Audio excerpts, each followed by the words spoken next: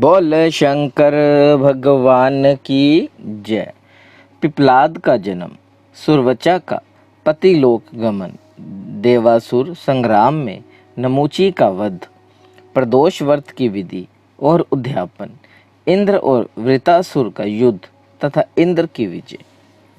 लोमस जी कहते हैं, तदनंतरन महर्षि दधीचि को ब्रह्मलीन हुआ देख इंद्र ने सुरभि को बुलाकर कहा, तुम दधीचि के शरीर को चाटो। बहुत अच्छा कहकर सुरभि ने तत्काल दधीचि के शरीर को चाटना आरंभ किया। उसने सब ओर से चाटकर उस शरीर को मांस रहित कर दिया। तब देवताओं ने वे हड्डियां ले ली और उनके शस्त्र बनाए। उनकी पीठ की हड्डी से वज्र बना और शीर से ब्रह्मशीर नामक अस्त्र तैयार किया गया। ऋषि के शरीर की जो और भी बहुत सी हड्डियां थी, उन्हें भी उस समय देवताओं ने ग्रहण कर लिया। इस प्रकार अस्त्र शस्त्रों का निर्माण करके महान बल पराक्रम से संपन्न हुए देवता वृतासुर को मारने के लिए उद्धत हो बड़ी उतावली के साथ स्वर्गलोक में गए। तत्पश्चात महर्षि दधीचि की पत्नी सुरवचा देवी, जिन्हें देवताओं की कार्य सिद्धि के लिए महर्षि ने आश्रम के भीतर भेज दिया था, वहां पुनः लौटकर आई और वहां जो कुछ हुआ था वह सब उन्होंने अपनी आंखों से देखा।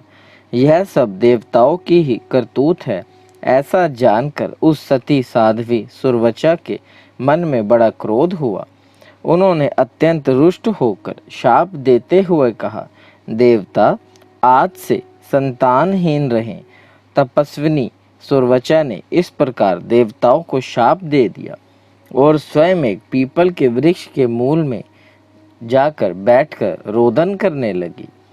इसी समय उनके उदर से महात्मा दधीचि के पुत्र महातेजस्वी पिपलाद प्रकट हुए। माता सुरवचा प्यासी आंखों से पुत्र पिपलाद की ओर देखती हुई हंसकर बोली, महाभाग्य, तुम दीर्घ काल तक इस वृक्ष के ही समीप रहना। तुम मेरे आशीर्वाद से शीघ्र ही ऋषियों में श्रेष्ठ स्थान प्राप्त करोगे।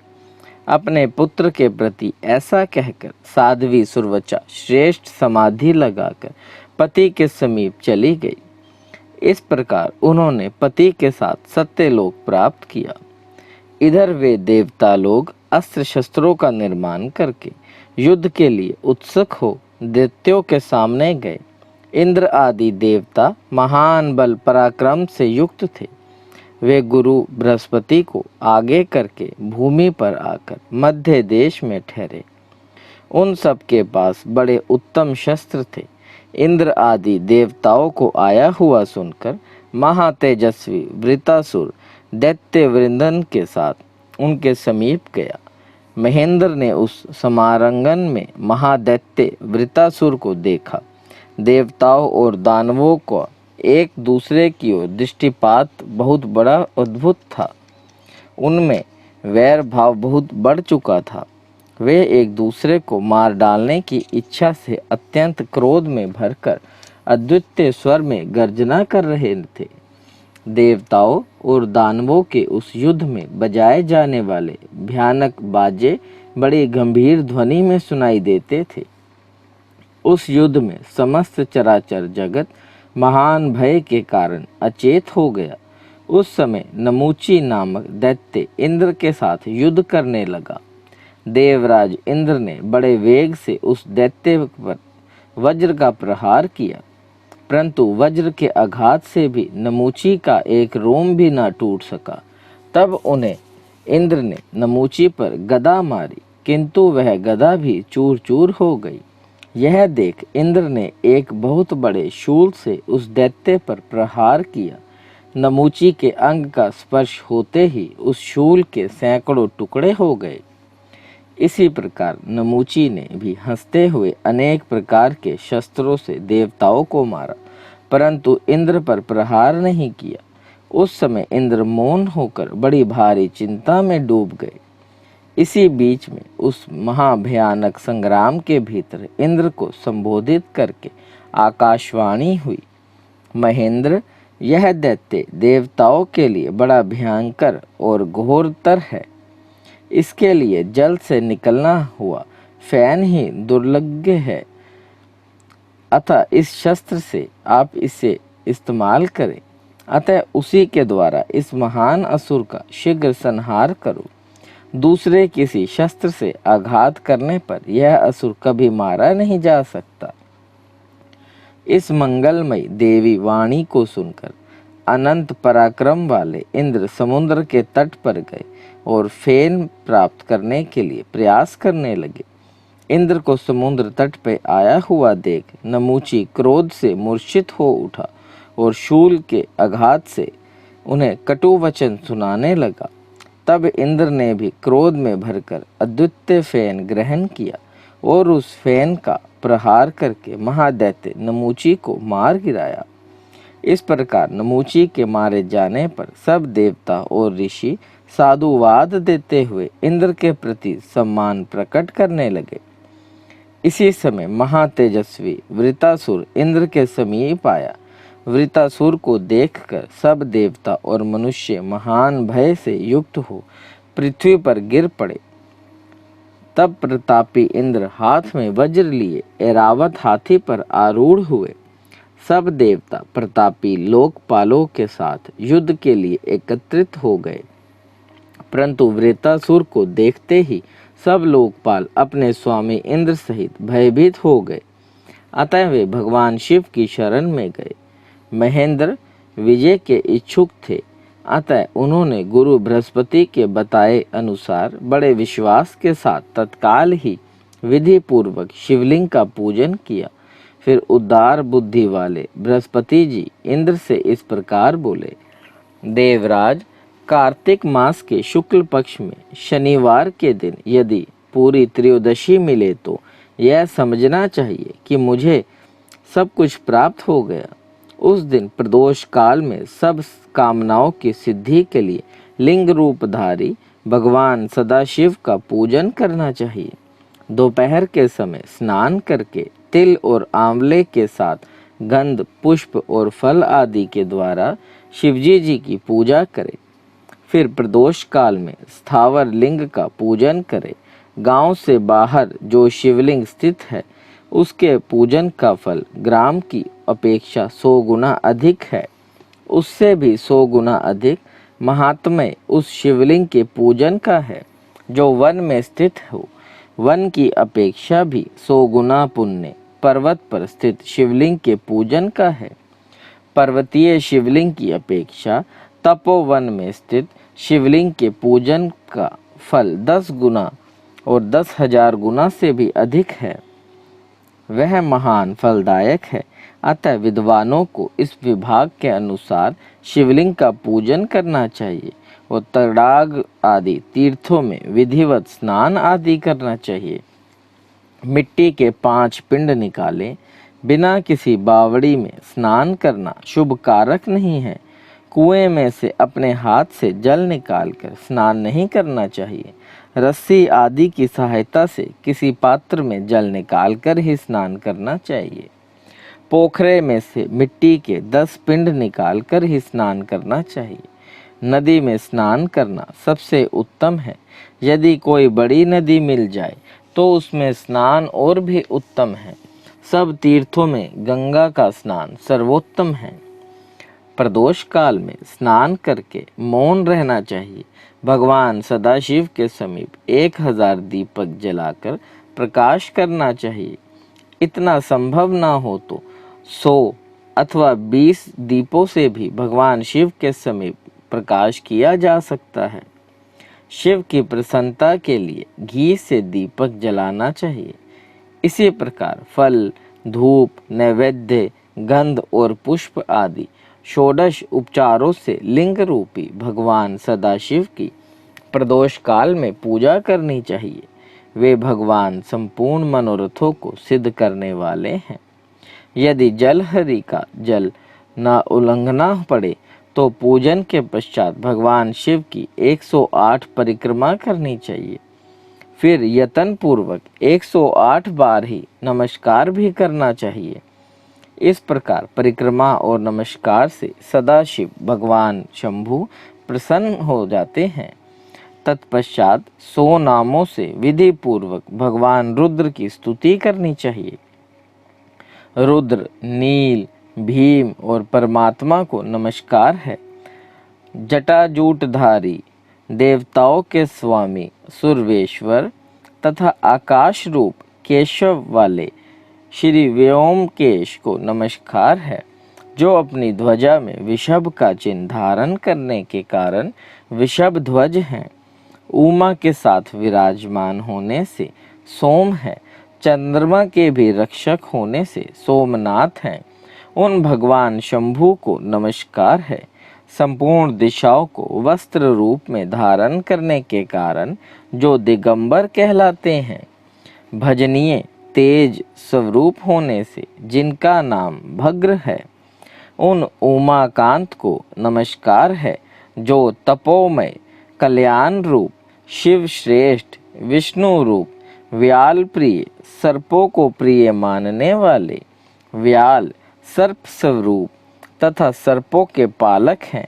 उन भगवान को नमस्कार है, जो महीधर पृथ्वी को धारण करने वाले व्याघ्र विशेष रूप से सूंघने वाले पशुपति जीवों के पालक त्रिपुरनाशक सिंह स्वरूप शार्दूल रूप और यज्ञमय हैं।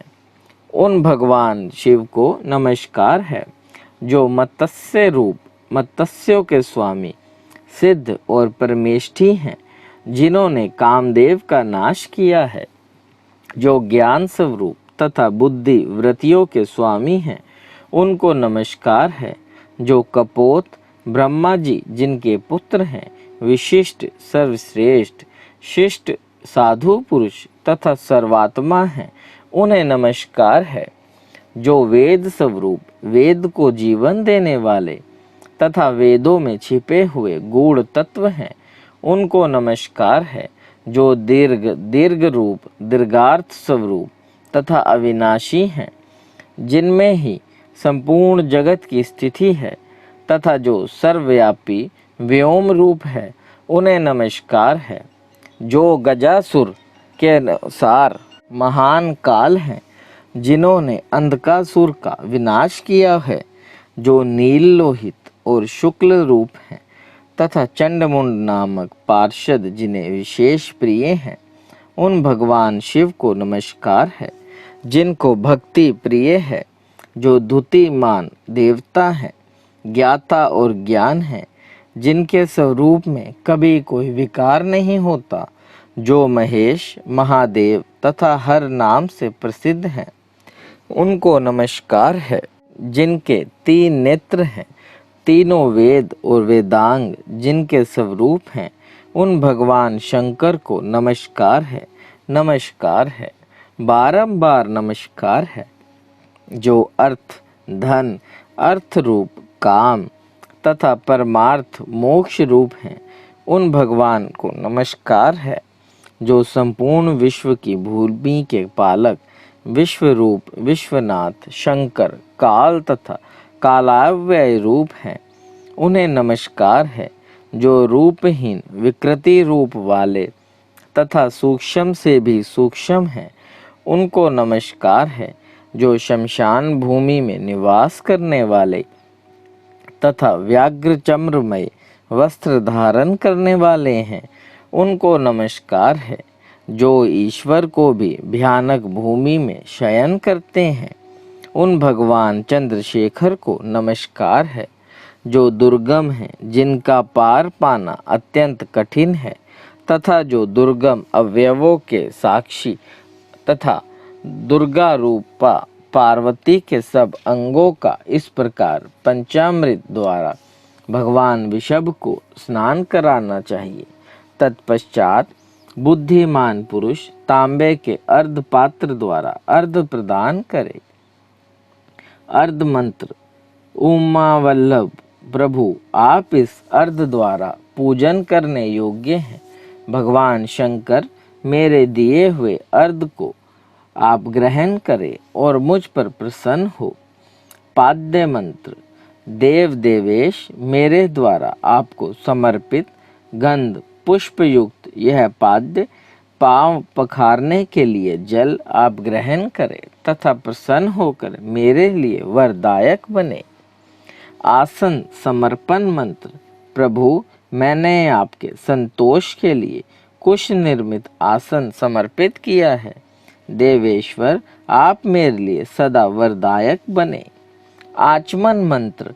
प्रभु विश्वेश्वर, मैंने आपको यह आचमनार्थ जल समर्पित किया है।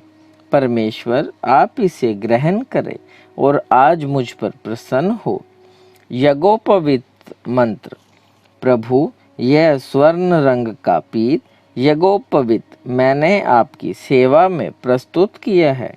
यह ब्रह्म ग्रंथि से युक्त है तथा ब्रह्म कर्म, वैदिक यज्ञ यज्ञादि तथा भगव तीर्थ कर्म में लगाने वाला है। वस्त्र मंत्र। महादेव जी, मैंने यह चादर सहित परम सुंदर वस्त्र आपको भेंट किया है। आप इसे ग्रहण करें और मुझे आयु प्रदान करें। देव शंभु, मैंने आपको बड़ी भक्ति से सुगंधित चंदन समर्पित किया है। सबके जन्मदाता भगवान शिव, आप मुझे उत्तम गंध से युक्त करें। धूप मंत्र। परमेश्वर, सब प्रकार की औषधियों से संपन्न तथा बहुत ही विशिष्ट बनी हुई यह धूप आपकी सेवा में समर्पित है। मेरी शांति के लिए आप इसे ग्रहण करें। दीप मंत्र। शंभु, मैंने घी से जलाया हुआ यह उत्तम दीप आपकी सेवा में प्रस्तुत किया है। देवेश्वर, आप इसे ग्रहण करें और मेरे लिए ज्ञानदाता बने। आरती मंत्र। परमेश्वर, मेरी दी हुई यह दीप माला आप ग्रहण करें तथा इस आरती उतारने से संतुष्ट होकर आप मुझे तेज प्रदान करें। बोले शंकर भगवान की जय। इसी प्रकार फल, दीप आदि तथा नैवेद्य और तांबुल आदि सामग्रियां क्रमशः चढ़ाकर विधि यज्ञ पुरुष भगवान शिव की पूजा करे तथा रात्रि में यतन पूर्वक जागरण करे। अपने घर में या देवालय में चंदोवा तनाकर अद्वितीय सामग्रियों से सजा हुआ एक मंडप बनावे। उसमें गीत, वाद्य और नृत्य के द्वारा भगवान सदाशिव की पूजा करें। इंद्र प्रदोष व्रत के उद्यापन की यही विधि है। विधि यज्ञ पुरुष को चाहिए कि वह अपने संपूर्ण कार्यों की सिद्धि के लिए इस प्रकार से सब कुछ करे। गुरु बृहस्पति जी ने जो कुछ बताया उसके अनुसार इंद्र ने सब विधि का पालन किया। नमूची के मारे जाने पर सब देवता हर्ष और उत्साह में भरे हुए थे। उनका दैत्यों के साथ घोर युद्ध हुआ। देवताओं और दैत्यों का संहार करने वाले उस घोर संग्राम में अत्यंत भयंकर तथा मर्यादा का उल्लंघन करने वाला द्वंद्व युद्ध होने लगा। इसी समय पूर्वोक्त प्रकार से भगवान शंकर की आराधना करके इंद्र भी युद्ध में लग गए। उन्होंने देवताओं को साथ लेकर वृतासुर का पीछा किया। व्योमासुर ने भी यमराज के साथ तथा तीक्ष्ण कोपन ने अग्नि के साथ युद्ध आरंभ किया। वायु के साथ धूम और नृत्य के साथ अति कोपन लड़ने लगा। कुबेर के साथ कुष्मांड और ईश के साथ दुस्सह भिड़ गया। इनके सिवा और भी बहुत से महाबली दैत्य देवताओं के साथ द्वंद्व युद्ध करने लगे। उन्होंने गदा, पटिश, खड़ग, शक्ति, तोमर, मुदुगर, सृष्टि, भिंदबाल, पास, प्रास तथा मुष्टि आदि से प्रहार किया। उसी प्रकार देवता भी धटीची की हड्डियों से बने हुए उत्तम अस्त्र शस्त्रों द्वारा असुरों को विदीर्ण करने लगे। देवताओं की मार खाकर दैत्य पुनः पराजय को प्राप्त हुए और भयभीत होकर वृतासुर ने समझाया, वीरों, युद्ध स्वर्ग का द्वार है। इसका त्याग कदापि नहीं करना चाहिए। जिनकी संग्राम में मृत्यु होती है वह परम पद को प्राप्त होते हैं। विद्वान पुरुष जहाँ कहीं भी संभव हो संग्राम में मृत्यु की अभिलाषा करते हैं। जो लोग युद्ध छोड़कर भागते हैं वे निश्चय ही नरक में पड़ते हैं। महापात की मनुष्य भी यदि गौ, ब्राह्मण, भृत्य, कुटुंब तथा स्त्री की रक्षा के लिए हाथ में शस्त्र लेकर युद्ध करे तथा वे शस्त्रों के आघात से घायल हो जाए अथवा युद्ध स्थल में ही प्राण त्याग दे तो उन्हें निश्चय ही उत्तम लोक की प्राप्ति होती है। वे ज्ञानियों के लिए भी दुर्लभ उत्कृष्ट पद को प्राप्त कर लेते हैं। अतः तुम लोगों को अपने स्वामी के कार्य साधन में पूर्णता तत्पर रहकर युद्ध करना चाहिए। वृत्त के इस प्रकार समझाने पर असुरों ने उसकी आज्ञा शिरोधार्य की और देवताओं के साथ ऐसा घमासान युद्ध आरंभ किया जो संपूर्ण लोकों के लिए भयंकर था। इधर मारने की इच्छा से इंद्र को आते देख वृतासुर ठठाकर हंस पड़ा। उसका वह अट्टहास इंद्र को भी भयभीत कर देने वाला था। वीर वृतासुर बड़ा तेजस्वी था। उस समय वह दैत्यों का अधिपति बना हुआ था। उसके मन में सूर्यश्रेष्ठ इंद्र को निगल जाने की इच्छा हुई और वह बहुत बड़ा मुंह फैलाकर इंद्र की ओर बढ़ा। समीप आने पर उसने ऐरावत हाथी, वज्र और किरीट सहित इंद्र को सहसा निगल लिया और वह नाचने और गर्जना करने लगा। पलक मारते मारते इंद्र वृतासुर के ग्रास बन गए।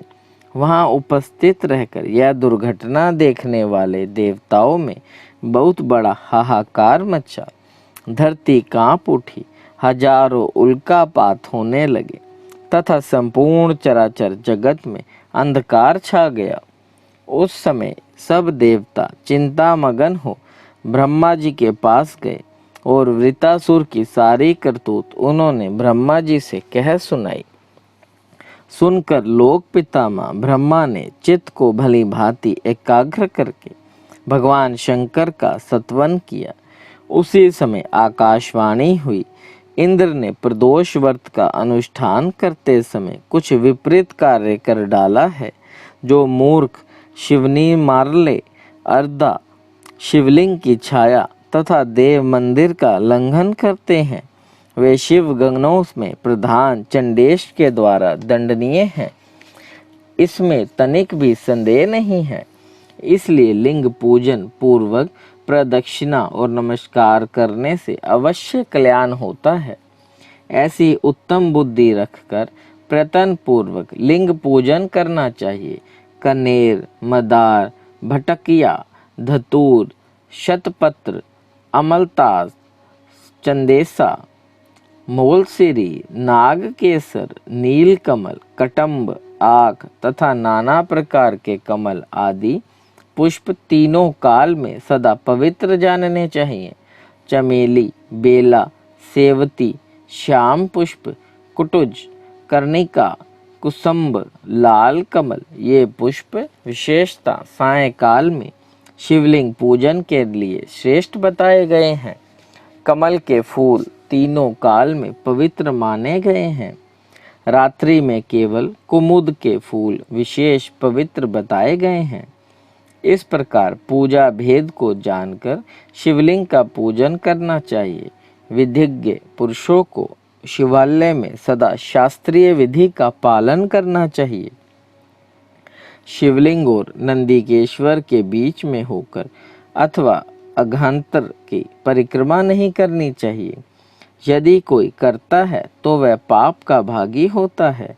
इस इंद्र ने राज स्वभाव का आश्रय लेकर वैसी ही प्रदक्षिणा जिसकी निषेध किया है कि इसलिए इसका किया हुआ सब कुछ निष्फल हो गया और यही कारण है कि आज वृतासुर ने इंद्र को अपना ग्रास बना लिया। देवताओं, अब तुम्ही लोग महारुद्र विधान के अनुसार शिवलिंग पूजन करो जिससे इंद्र शीघ्र ही छुटकारा पा सके। आकाशवाणी के कथनानुसार देवताओं ने प्रतिदिन भगवान शंकर का पूजन और दशानन हवन आरंभ किया। सब देवराज इंद्र भगवान शिव के प्रसाद से सहसा वृतासुर का पेट फाड़कर बाहर निकल आए। हाथी, वज्र, किरीट और कुंडल सहित परम शोभा संपन्न महातेजस्वी इंद्र को देखकर सब देवता, गंधर्व, अप्सरा, यश तथा ऋषि मुनि बड़े प्रसन्न हुए। देवताओं की दुबंदियां बज उठी, अनेक शंखों की ध्वनि होने लगी। इंद्र के संकट मुक्त होते ही समस्त देवलोक निवासियों में एक ही साथ महान हर्षोल्लास हो गया। इंद्र जहाँ संकट मुक्त हुए थे, वहाँ शची देवी भी आ गई। महर्षियों ने शची के साथ इंद्र का अभिषेक किया तथा सब ने यत्न पूर्वक उनके लिए पुण्यावाचन किया।